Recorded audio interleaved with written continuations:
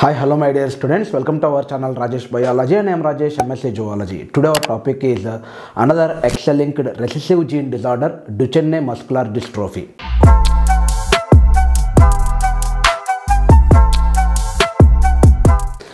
Duchenne muscular dystrophy. ఇక్కడ మీకు అర్థమవుతుంది ఇది మజిల్కి సంబంధించిన డిసీజ్ అని. ఓకే, అండ్ డిస్ట్రోఫీ ఈ పదం చాలా ఇంపార్టెంట్.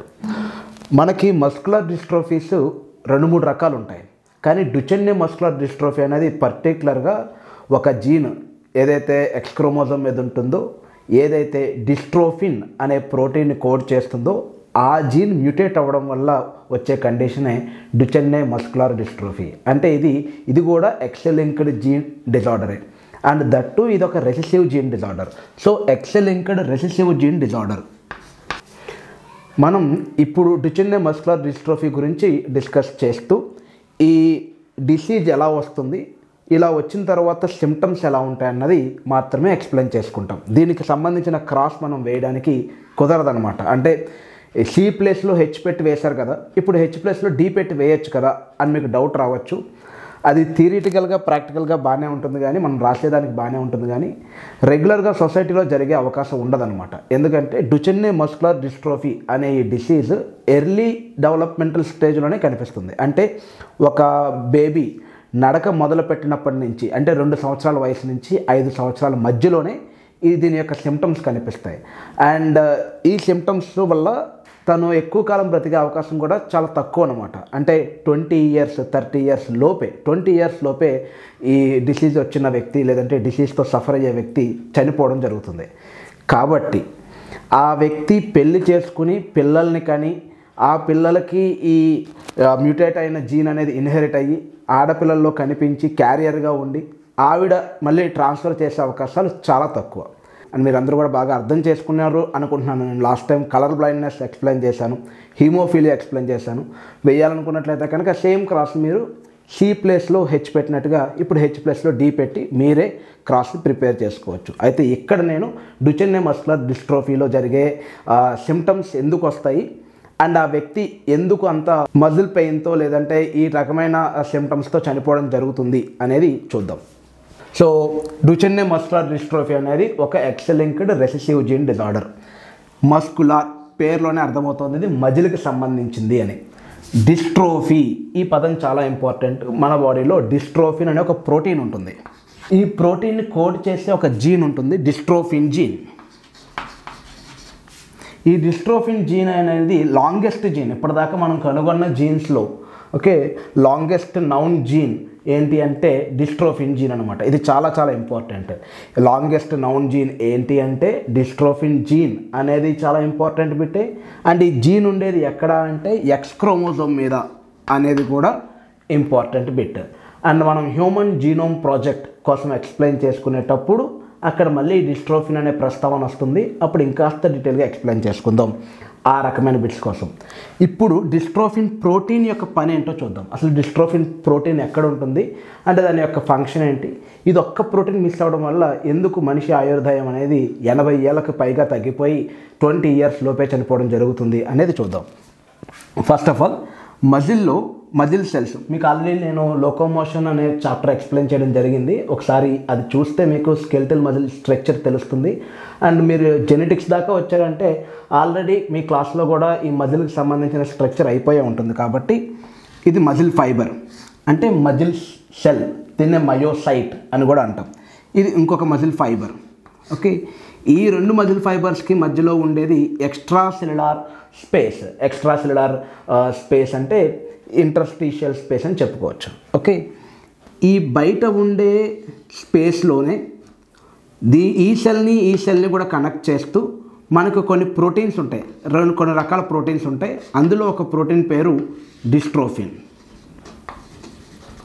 ఈ డిస్ట్రోఫిన్ అనేది ఏం చేస్తుందంటే ఎక్స్ట్రా సెల్యులార్ మెటీరియల్, అంటే ఇది ఒక మజిల్ సెల్ అనుకున్నట్లయితే కనుక ఈ మజిల్ సెల్లో నుంచి ఈ సెల్ లోపల ఉండే సార్కోమియర్స్, నేను మీకు వేరే కలర్తో వేసి చూపిస్తాను. ఇది ఒక మజిల్ సెల్ అంటే మజిల్ ఫైబర్. ఓకే, ఇది ఇంకొక మజిల్ ఫైబర్. ఈ మజిల్ ఫైబర్ లోపల యాక్టిన్ ఫిలమెంట్స్ ఉంటాయి. ఇవి యాక్టిన్స్. వాటి మధ్యలో మళ్ళీ మయోసిన్స్, యాక్టిన్ మయోసిన్ వాటి యొక్క dark and light band alternative bands కోసం మీకు తెలుస్తుంది. ఓకే, సో ఇలా లోపల మయో ఫిలమెంట్స్ ఉంటాయి. ఇవి 2 మజిల్ ఫైబర్స్. ఈ మజిల్ ఫైబర్ యొక్క ఎక్స్టర్నల్ సర్ఫేస్ని, సైటోస్కెల్టల్ ఎలిమెంట్స్ని, ఓకే, ఈ మయోసైట్ యొక్క ఇంటర్నల్ యాక్టిన్ యొక్క స్కెల్టల్ ఎలిమెంట్స్ని కలిపి ఉంచే ప్రోటీన్ పేరు డిస్ట్రోఫిన్. అంటే ఇది సైటోస్కెల్టల్కి సంబంధించిన ప్రోటీన్ అనమాట. దీని ఫంక్షన్ ఏంటయ్యా, ఇది ఎందుకు అసలు రెండింటి మధ్యలో ఇది ఎందుకు అంటే కనుక మజిల్ కంట్రాక్ట్ అయినప్పుడు, రిలాక్స్ అయినప్పుడు వాటి యొక్క ప్లేస్ని అది స్టేబుల్గా ఉంచుతుంది అనమాట. మజిల్ కంట్రాక్ట్ రిలాక్స్ అయినప్పుడు ఫర్ ఎగ్జాంపుల్ ఈ ఒక్క మజిల్ ఫైబర్ కంట్రాక్ట్ అయింది అనుకుందాం. ఇది కంట్రాక్ట్ అయినప్పుడు దానికి తగ్గట్టుగా దీన్ని కూడా కంట్రాక్ట్ చేసేదానికి ఉపయోగపడుతుంది. అండ్ ఇది కంట్రాక్ట్ అయినప్పుడు ఈ లోపల ఉండే, మీకు తెలుసు కదా ఈ స్లైడింగ్ ఫిలమెంట్ థియరీలో మజిల్ సెల్ అనేది కంట్రాక్ట్ అవుతుంది, రిలాక్స్ అవుతుంది, కానీ షార్టెన్ ఆర్ లెంతెన్ అవుతుంది, కానీ ఇది సైజులో పెరగదు, సైజులో తగ్గిపోదు.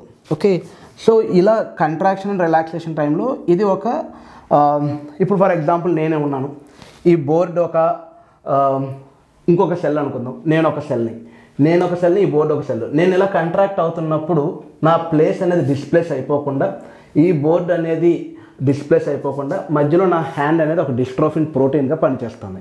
ఇప్పుడు ఈ ప్రోటీన్ లేదనుకోండి, నేను ఇలా కంట్రాక్ట్ అవుతూ ఉంటే అప్పుడు ఆటోమేటిక్గా ఏమవుతుందంటే సెల్ మెంబ్రెయిన్లో చీలికలు ఏర్పడతాయి. సెల్ మెంబ్రెయిన్ అనేది బాగా సాగి మధ్యలో చీలికలు ఏర్పడి ఈ అయాన్ డిస్ట్రిబ్యూషన్ అనేది జరుగుతుంది అనమాట. అంటే కొన్ని రకాలు, అంటే మీరు హయ్యర్ స్టడీస్లో తెలుసుకుంటారు, కాల్షియం ఇంబ్యాలెన్స్ జరుగుతుంది, అలానే క్రియాటినిన్ ఇంబ్యాలెన్స్ జరుగుతుంది.